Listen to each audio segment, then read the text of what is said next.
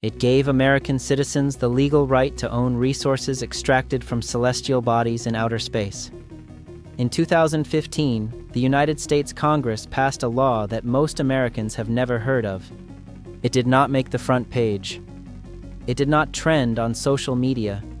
It was signed quietly, buried inside a larger piece of legislation, and it went almost completely unnoticed by the general public. The law was careful about that. What it did was this. The United Arab Emirates followed. Asteroids, the moon, other planets. You cannot own Europa, any object beyond Earth's atmosphere, not the bodies themselves. You cannot own the moon, under United States federal law. Japan. China began accelerating its own lunar and asteroid resource programs without passing explicit legislation, which in some ways is a louder statement than any law. But anything you pull out of them, water, minerals, ice, organic compounds, that belongs to you. The rest of the world noticed immediately, legally. And sitting underneath all of it, underneath every legal framework and every mining proposal and every government space program currently pointed at the outer solar system, is one body of water that nobody has reached yet, but everybody is already quietly arguing about. Europa's ocean. Luxembourg passed a similar law the following year. A liquid water ocean kept from freezing by the tidal forces of Jupiter, sitting beneath 10 to 30 kilometers of ice, estimated to contain more liquid water than all of Earth's oceans combined, potentially harboring the conditions necessary for life, and located, under current law, in a legal gray zone so murky that the lawyers who study it professionally describe it as the most unresolved territorial question in human history. This is not a future problem. The arguments are happening right now, in policy papers, in international committees, in government briefings that most people will never see. Let's get into it. To understand why Europa's ocean is legally ungoverned, you have to start with the document that was supposed to govern all of outer space. The Outer Space Treaty was signed in 1967. It has 114 signatories. It is the foundational legal document of everything humanity has ever done beyond Earth's atmosphere. Every satellite, every space station, every moon landing, every deep space probe. All of it operates under the framework the Outer Space Treaty established. And that framework has one enormous problem. It was written in 1967. The people who wrote it were thinking about the Cold War, about nuclear weapons in orbit, about one superpower planting a flag on the moon and claiming it as territory. They were not thinking about mining. They were not thinking about subsurface oceans. They were not thinking about private corporations with better launch capabilities than most governments. Article 2 of the Outer Space Treaty states that outer space, including the moon and other celestial bodies, is not subject to national appropriation by claim of sovereignty, by means of use or occupation, or by any other means. No nation can own space. That part is clear. What the treaty does not say, anywhere, in any article, is anything specific about resources. It does not say you can extract them. It does not say you cannot.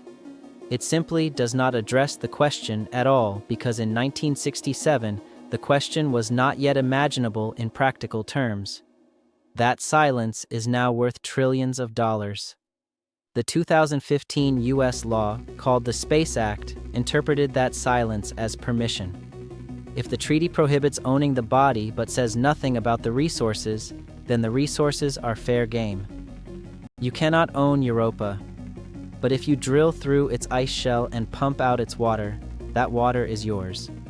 The counter-argument, made loudly by a significant portion of the international legal community, is that this interpretation is a unilateral rewriting of a multilateral treaty, that the U.S. Congress does not have the authority to interpret an international agreement on behalf of the entire planet, that the silence in the treaty should be read as prohibition, not permission, because space was explicitly designated as the province of all mankind, a phrase that appears in the treaty's preamble and implies collective rather than private ownership. Both arguments are legally coherent. Neither has been tested in any court that has jurisdiction over the question, because there is no court with jurisdiction over the question. That is the legal situation right now, not a settled framework with some gaps.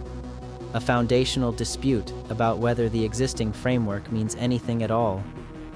In 1979, 12 years after the Outer Space Treaty, the United Nations attempted to close the resource gap.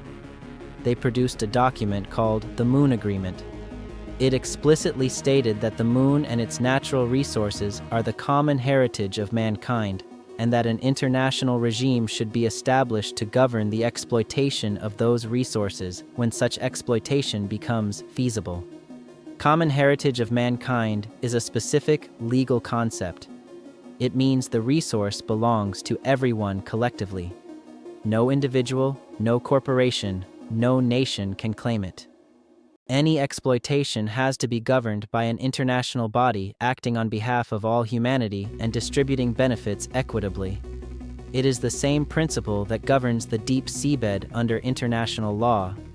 The minerals sitting on the ocean floor in international waters do not belong to whoever can reach them first. They belong to humanity collectively, managed by the International Seabed Authority. The Moon Agreement would have created the equivalent for space. 18 countries signed it. The United States did not. Russia did not. China did not. The European Space Agency's major members did not. Japan did not. Every nation with an active space program, every nation with the actual capability to reach the moon or the asteroids or eventually Europa, looked at the common heritage principle and decided it was not in their interest. An international body distributing resource revenues equitably would mean sharing the returns on investments those nations made unilaterally. It would mean a country with no space program getting a cut of resources extracted by a country that spent decades and hundreds of billions of dollars developing the technology to reach them. The Moon Agreement is technically in force. Among its 18 signatories, it is binding international law. But it is essentially irrelevant because none of the countries that matter signed it. What that means in practice is this. The only binding international framework for space resources is a 1967 treaty that does not mention them. And the countries with the capability to actually access those resources have, through the simple act of not signing the Moon Agreement, collectively decided that the question of ownership remains open. Open questions in geopolitics are not neutral. They are invitations. In 2020, NASA introduced the Artemis Accords. On the surface, the Accords are a set of principles for responsible behavior in space. They cover transparency, interoperability, the release of scientific data, the preservation of historic sites like the Apollo landing zones. Reasonable, broadly acceptable principles that most spacefaring nations could agree to.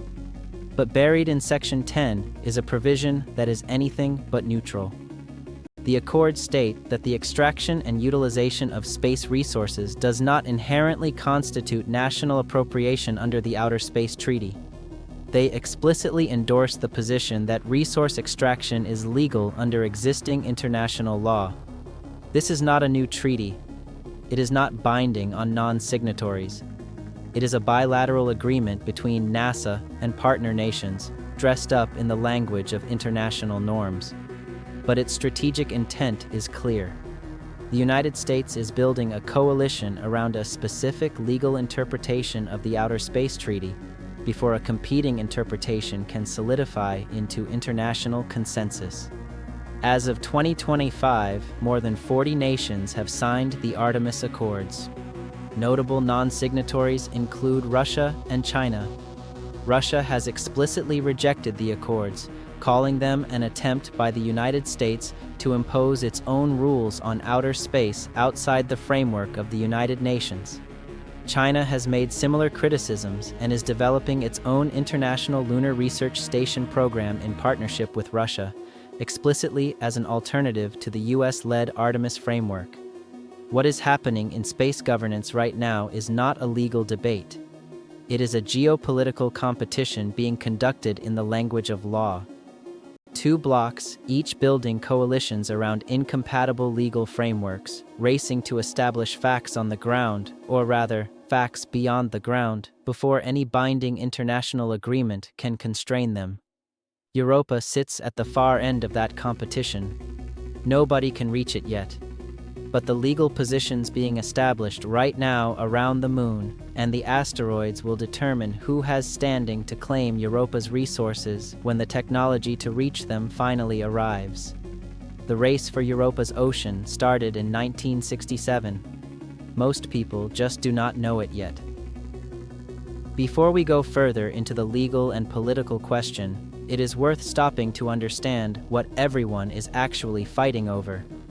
Because Europa is not just a target of scientific curiosity, it is potentially the most valuable single object in the solar system outside the Sun itself. The subsurface ocean is estimated to be between 60 and 150 kilometers deep. By comparison, the average depth of Earth's oceans is about 3.7 kilometers. Europa's ocean contains an estimated 2 to 3 times more liquid water than all of Earth's oceans combined. In a solar system where liquid water is extraordinarily rare, that is a resource of almost incomprehensible value.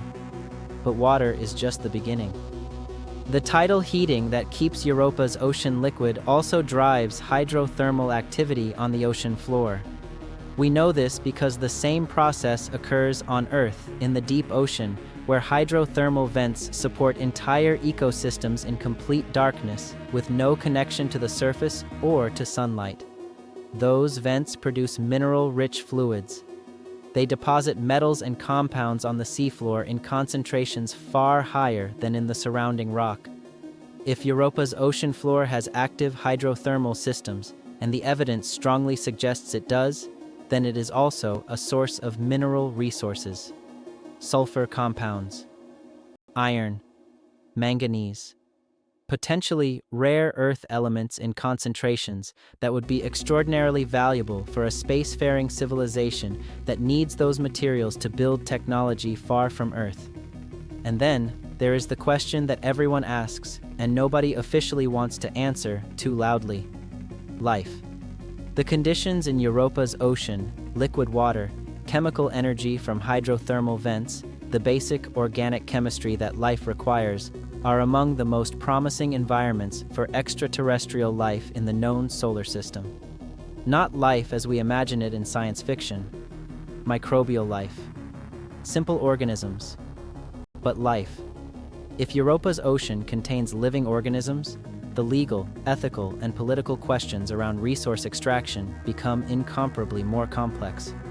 The 1967 Outer Space Treaty has no provisions for the discovery of extraterrestrial life. No international framework addresses what happens to a resource claim when the resource is also a biosphere. The Europa Clipper mission, currently in transit, will not be able to answer the life question directly. It will not land. It will not drill.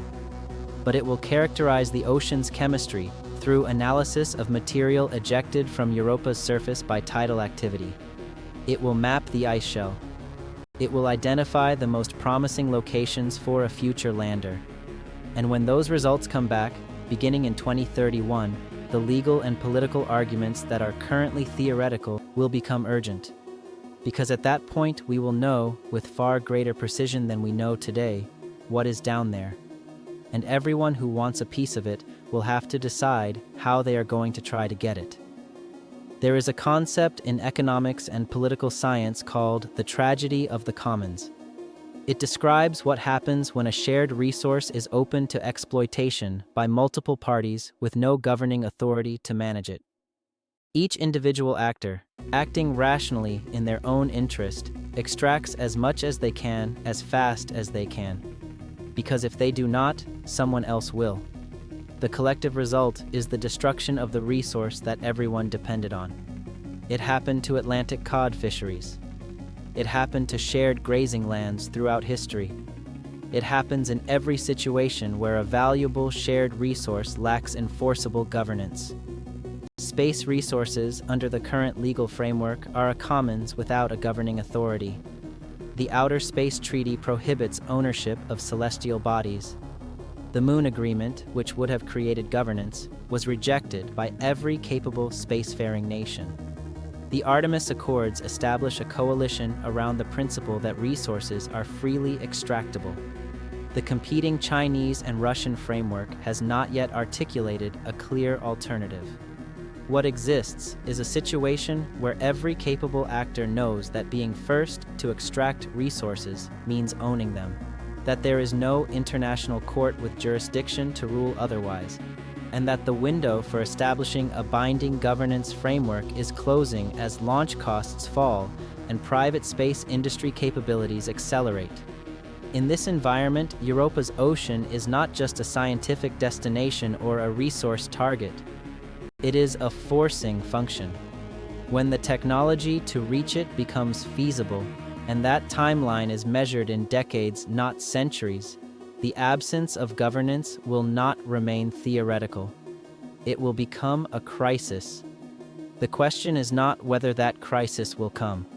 It is whether humanity will have the wisdom to build the governance framework before the crisis forces the issue, or whether we will arrive at Europa the way European powers arrived in the Americas, with flags and competing claims and the certain knowledge that the rules are being written by whoever gets there first. Here is where we actually are. The Europa Clipper arrives at Jupiter in 2030. Its science phase runs through the mid-2030s. Based on its findings, NASA and ESA are jointly studying a Europa lander concept that would put a spacecraft on the surface, drill through the ice, and directly sample the ocean. No launch date has been confirmed. No funding has been fully committed. But the mission concept exists and is being actively developed. China's space program has stated publicly that the outer solar system is a long-term strategic priority. Russia's partnership with China on the International Lunar Research Station includes provisions for eventual deep space expansion. Neither program has announced a specific Europa mission, but both have the institutional momentum to develop one within a decade or two of the US getting there. The private sector is watching.